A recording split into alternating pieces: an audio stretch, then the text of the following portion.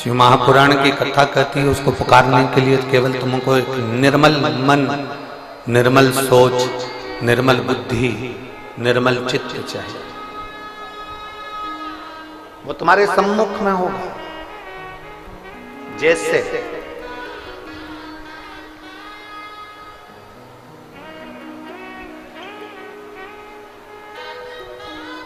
हमारे पास में भगवान की आरती उतारने के लिए हमारे पास में न घी है, हमारे पास में ना हमारे पास में बाती है, ना हमारे पास में कोई दीपक है। आप लोगों में से पशुपति व्रत किस किसने करे हैं? जरा हाथ उठाइए। करे हैं सबने? रखो रखो। पशुपति व्रत करे होंगे तो आप लोगों के स्मरण में होगा कि हमने पहले पशुपति व्रत में एक उपाय आप लोगों के, पशुपति व्रत करने वालों के नियम का हमने वर्णन किया।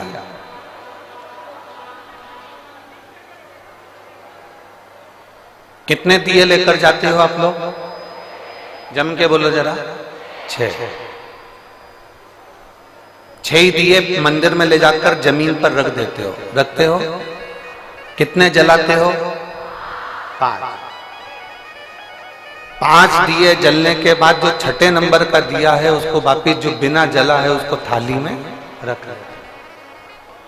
इसके अलावा तो कोई दिया लेकर नहीं जाते। जम के बोलो जरा। नहीं। अब कोई ऐसा समझदार व्यक्ति ऐसा होता है कि वो क्या करता है कि इन्हीं 5 दिए को उठा लेता है और उससे भगवान शंकर की आरती उतार देता है। कोई ऐसा रहता है कि वो 6 दिए के अलावा 1 दिया या 1 बाती अलग से लेकर जाता है जो भगवान शंकर की आरती उतार देता है।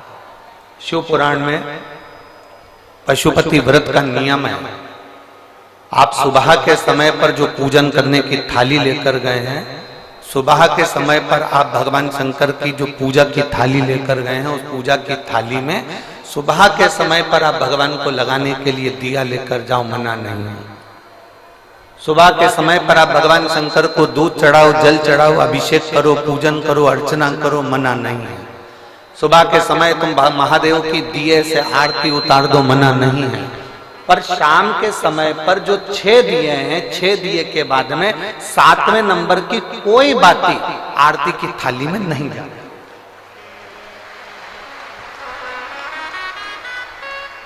कोई बाती एक्स्ट्रा नहीं जाएगी कि आप पूजन करिए और पूजन करने के बाद आपने भगवान की आरती उतार दी ना। शिव महापुराण में तो यहाँ तक नियम है कि आप जो प्रसाद बनाते हो ना, जो आप खीर बनाए या आपने सीरा बनाया, हलवा बनाया, मीठा चावल बनाया, या आपने मीठा सीरा बना लिया, खीर बना ली, कोई सामग्री मीठी बना ली, तो शिव महापुराण तो यहाँ तक कहती है कि आपने जितना सामान कढ़ाई में बनाया है, आपने जितना सामान अपनी कढ़ाई के अंदर बनाया है, उतना सामान पूरा की पूरा ही आपको मंदिर लेकर जाना है। घर के अंदर आदत छोड़ना नहीं है।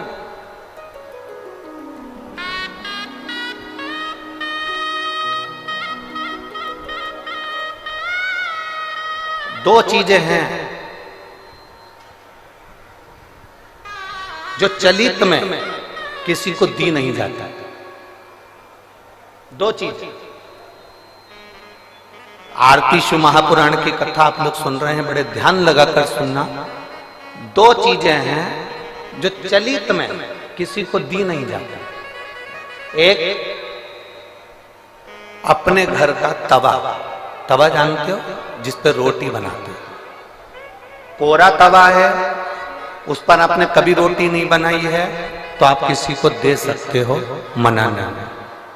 और यदि जिस तवे पर घर के अंदर रोटी बन चुकी है, जिस तवे पर रोटी उतर चुकी है, उस घर के तवे को किसी को नहीं दिया जाता। क्यों? क्योंकि घर में जो बच्चे हैं वो बीमार के बीमार बने ही रहते हैं, वो कभी स्वस्थ नहीं हो सकते, कभी नहीं हो सकते। अगर एक बच्चा बीमार है तो दूसरा ठीक होगा, दूसरा बीमार है तो तीसरा ठीक होगा, तीसरा है तो चौथा बीमार पड़ेगा, ये निश्चित। दो चीजें चलित में किसी को नहीं दी जाती, एक तवा, दूसरे नंबर की कढ़ाई। घर में जो कढ़ाई होती है जिसमें आप सब्जी बना ली है, कोई सामग्री तल ली आपने, पूड़ी बना ली, कोई सब्जी बना ली, कोई हलवा बना लिया, सीरा बना लिया, कोई पदार्थ बना लिया, कोरी कढ़ाई है ना, आपकी मर्जी पड़े उसको दे दो चलेगा। कोरी कढ़ाई है ना, आप किसी को भी दे सकते हो। पर जिस कढ़ाई में आपने भोजन का निर्माण कर लिया है, जिस कढ़ाई में आपने कभी भी एक बार भी अगर कुछ बना लिया है, तो वो किसी को गिफ्ट में या किसी को दान में या किसी को दी नहीं जाती। नहीं तो उस घर के अंदर 1 रुपया कमाओ, 1.25 रुपए खर्च वाला काम चलता है। घर में कभी पैसा टिक ही नहीं सकता, वो जिंदगी भर कितना भी प्रयास है, वो अपने जीवन में कितना भी प्रयास कर ले, घर में पैसा नहीं टिकेगा। वो भले कुबेर का खजाना लेकर आ जाए, चाहे वो दुनिया का भंडार भर कर ले जाए, पैसा आएगा जाएगा, घर के अंदर टिक नहीं पाएगा। दो चीजें चलित में दी नहीं जाती। आपको बोलना है कौन कौन सी चीजें हैं। पहले नंबर की तवा, दूसरे नंबर की, हमारे यहाँ ये दो चीजें दी नहीं जाती, हम इसको देते नहीं, देना नहीं। हाँ, यदि वो कोरी है, उसमें ना रोटी बनाई गई है, ना उसमें कोई सामग्री बनाई गई है, अगर वो कोरी है तो आप दे दो। पर यदि एक बार भी अगर वो प्रयोग में आई है तो वो नहीं, उसको देते नहीं, उसको दिया नहीं जाता। शिव पुराण भगवान शंकर का पावन चरित्र कह रहा है। पशुपति व्रत करने वाली माताओं के चित्त वृत्ति में ये बात बैठना चाहिए, चाहे भाई पशुपति व्रत कर रहे हो, बेटे कर रहे हो, माताएं कर रही हो, बच्चे कर रहे हो, उनके बुद्धि में ये बात बैठना चाहिए कि सुबह के समय जाकर आप भगवान की पूजन करो, अर्चना करो, आरती करो, मना नहीं है। पर शाम के समय पर 6 दिए के सिवाय एक बत्ती भी मंदिर के अंदर थाली के अंदर रखकर नहीं जाती आरती उतारने के लिए। अगर तुम्हें आरती उतारना है तो साथ में छोटा सा कपूर का टुकड़ा अपनी आरती की थाली में लेकर चले जाओ, पर बाती और दिया नहीं जाए, बाती और दिया नहीं जाए। वैसे तो आप लोग लेकर नहीं गए हो, मुझे विश्वास है कि आप लोग लेकर नहीं गए, और लेकर गए भी होगे तो उसका फल आपको फिर प्राप्त नहीं हुआ होगा। तो आप लोगों ने दूसरों से कहा होगा हमने तो करा पर हमें फल नहीं मिला। उसका कारण केवल इतना है कि आप उसका फल प्राप्त नहीं कर पाए।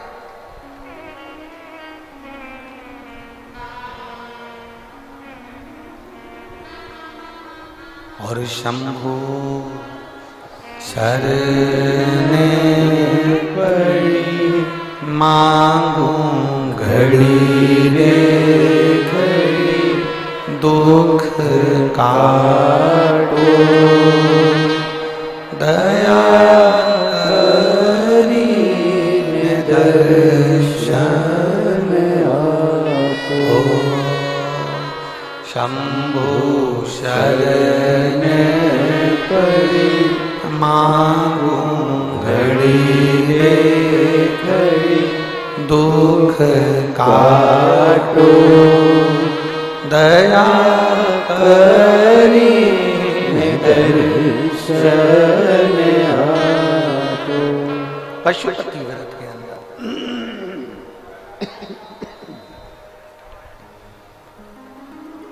पशुपति व्रत के अंदर शाम के समय पर जब भगवान की आप आवाज गूंज रही है, सब दूर आवाज रिटर्न आ रही है, गला पकड़कर बोलना पड़ रहा है, उसको मिठास डालिए।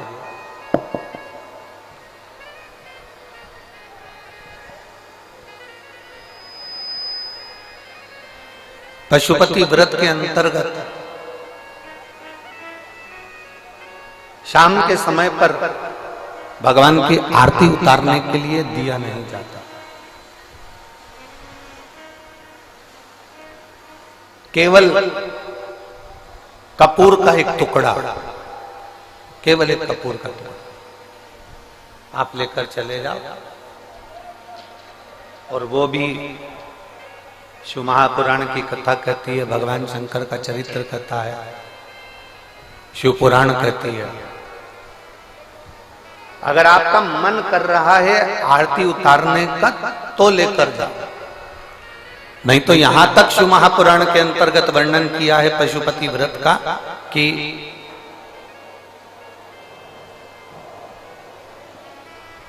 एक बेलपत्री को हाथ के अंदर लेकर अपने हृदय से उसका स्मरण कर कर शंकर भगवान को अर्ध घुमाकर, कैसा घुमाना है?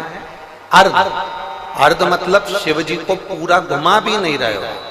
कितना घुमा रहे हो? केवल अर्ध, केवल अर्ध।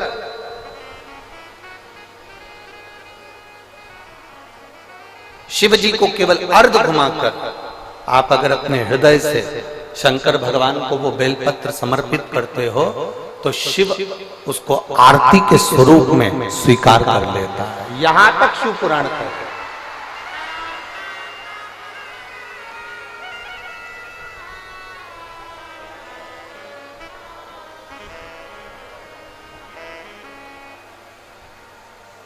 घर में कितनी बार आरती करते हो आप लोग? जम के बोलो जरा, जम के। 2 बार, एक सुबह एक शाम। एक सुबह के समय आरती करते हो और एक शाम के समय आरती करते हो। 2 बार आरती केवल।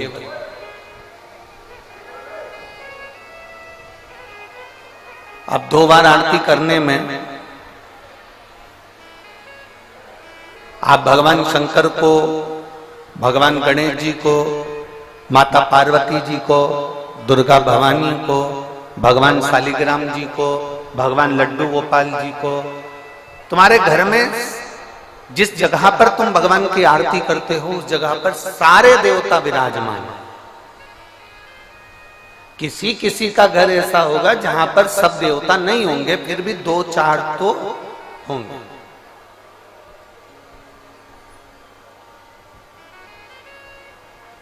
फिर भी 2-4 तो होंगे।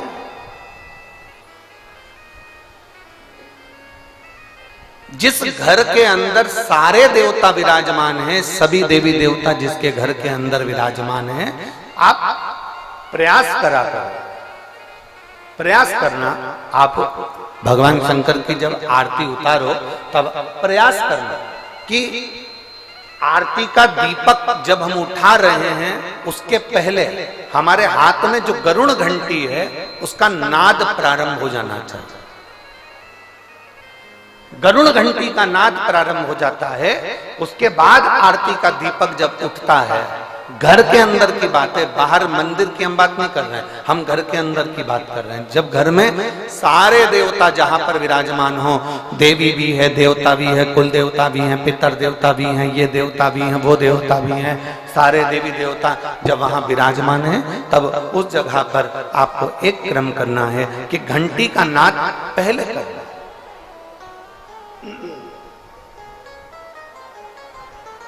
कारण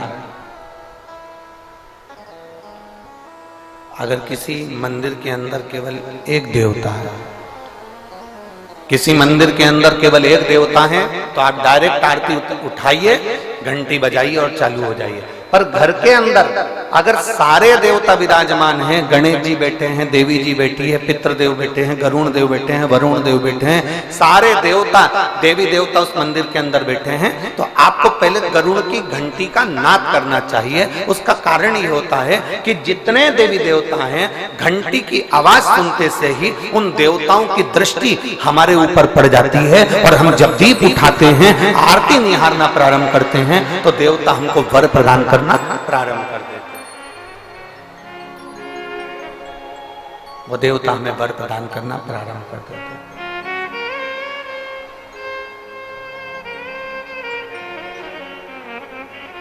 शिव कथा कर रहे हैं, भगवान शंकर का चरित्र करा है, भगवान शंकर का संवाद करा है, शिव महापुराण का चरित्र करा है।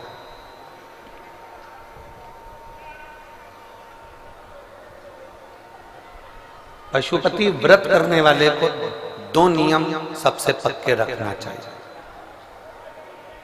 अगर आप लोगों ने व्रत किया है तो उसके फल के लिए आपको ये कर्म करना पड़ेगा। एक महिला ने पत्र लिखा है,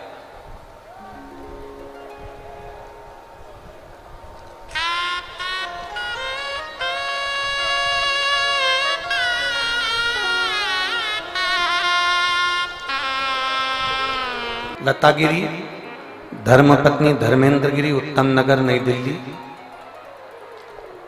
मेरी 10 साल की बेटी के बाद संतान का सुख नहीं होगा। डॉक्टरों ने मना कर दिया था कि तुम्हें संतान नहीं होगी, पर आपकी कथा टीवी के माध्यम से सुनी। आपने कहा था पंडाल में बैठकर जो मांगा जाता है वो बाबा देता जरूर है। उसी समय पर आपका 2022 का रुद्राक्ष महोत्सव हो रहा था, हम उसमें चले गए और हमने वहां पर कंकर शंकर की पूजन करी, एक रुद्राक्ष लिया। वहां से आने के बाद हमने सफेद आंकड़े की जड़ का प्रयोग किया, पशुपतिनाथ का व्रत किया। एक व्रत करने पर हमें उसका फल नहीं मिला, हो सकता है हमारी पूजन में कोई कमी रह गई हो। फिर हमने दूसरी बार व्रत किया और जैसा जैसा आपने व्रत में बताया था वो हमने किया। आज बाबा की कृपा, दुनिया के लोग ताना मारते थे कि 10 साल की बेटी हो गई, अब क्या संतान होगी, क्या औलाद होगी। मेरे गर्भ से क्या मुझे बेटा नहीं हो सकता, पुत्र नहीं हो सकता? गुरुदेव, आपने कहा है कोई व्रत करो, आराधना करो, पर बाबा के भरोसे करना। और बाबा कभी भी खाली नहीं रखता, देता है तो छप्पर फाड़ कर देता।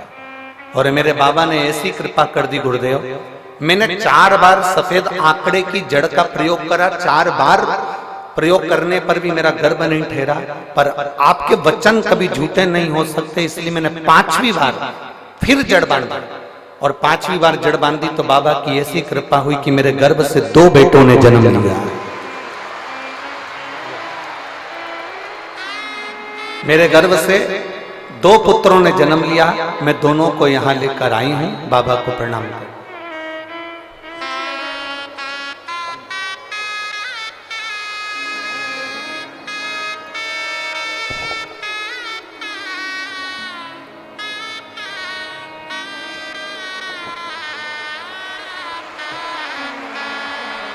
एक बार दोनों के लिए बहुत बहुत साधुता। शंभु शरण पड़ी मांगू घड़ी रे घड़ी, दुख काटो दया करी दर्शन आपो। शंभु शरण पड़ी मांगो घड़ी रे घड़ी, दुख काटो दया करी दर्शन आपो। शिव कृपा।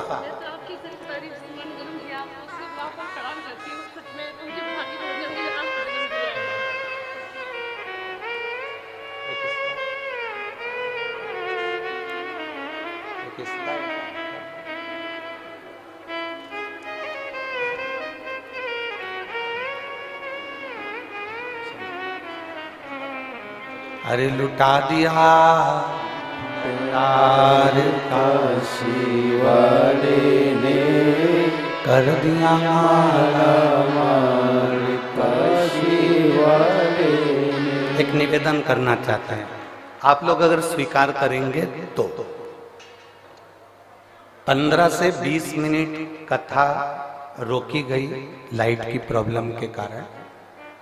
भले आस्था चैनल पर भले 4 बजे कथा कट हो जाए, पर हमारा मन है कि 20 मिनट कथा पीछे तक चलती रहे।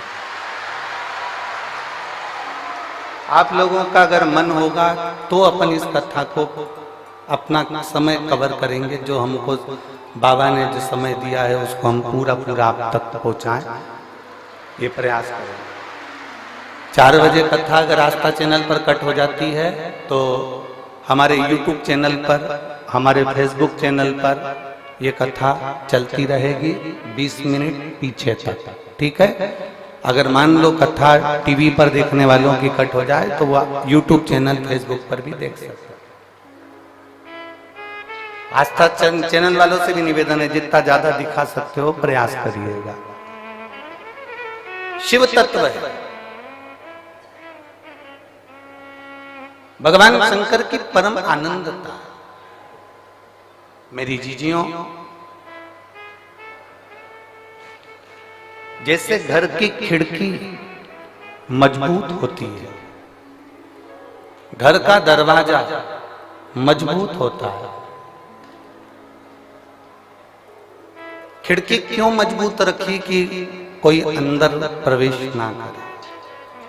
दरवाजा क्यों मजबूत रखा कि कोई अंदर प्रवेश ना करे। खिड़की मजबूत रखी जिससे कोई अंदर प्रवेश ना करे, दरवाजा मजबूत रखा जिससे कोई अंदर प्रवेश ना करे। उसी तरह शिव महापुराण की कथा कहती है, कथा सुन सुनकर अपने मन और दिल को भी इतना मजबूत कर लो कि शंकर की निंदा तुम्हारे कानों में प्रवेश ना करे। निष्फलता तुम्हारे भीतर ना है। तुम हार नहीं सकते कभी जिंदगी में। ये कभी विचार न करिएगा कि मैं बहुत थक चुका हूं, मैं बहुत हार चुका हूं, मैं बहुत कमजोर हो चुका हूं, मैं बहुत परेशान हो चुका हूं। ना, निष्फलता तुम्हारे भीतर प्रवेश नहीं।